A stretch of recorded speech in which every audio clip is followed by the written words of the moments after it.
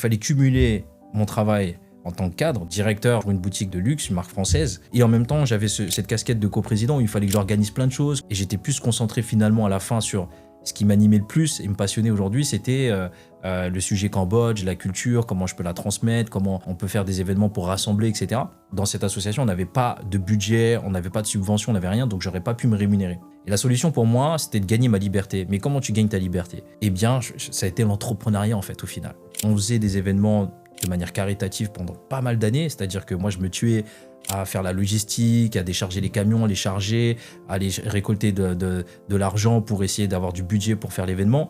Je me suis retrouvé même des fois la nuit à la pagode de Vincennes en train de ramasser les mégots tout seul, hein, parce que tout le monde partait, il faisait beau. Tu sais, des fois, t'as fait ça, t'en peux plus, à la fin, t'as envie d'arrêter, mais chaque année, je renouvelais parce que j'avais des gens qui m'écrivaient, qui m'envoyaient des messages, des SMS, des lettres, qui étaient reconnaissants de ce qu'on faisait pour eux. Donc j'ai monté une plateforme e-commerce qui s'appelle Evan Market, où tu peux trouver des produits et des créations de petits commerçants en fait qui vendent des trucs sympas, et je les aide en fait et je les accompagne à exporter leurs produits. Puis après, tu as l'agence de voyage, Sabai Wonder Trip, pour faire venir des gens au Cambodge, et c'est toujours pour faire la promotion et soutenir des communautés locales au Cambodge. Il y a aussi l'événementiel, du coup, on fait des concept stores, on a transformé nos festivals en Sabai Festival, où pareil, là c'est plus pour l'Asie du Sud-Est, Cambodge. Et on s'est dit pourquoi pas pour tous les Asiatiques, et donc on a fait Asian Street Food Festival. C'est une force aujourd'hui d'être entrepreneur, puisque cette liberté aujourd'hui, elle m'a permis de faire des choses incroyables, d'aller encore plus loin dans cette démarche et cet engagement pour la culture, pour la promotion de notre pays d'origine, pour l'Asie, les Asiatiques.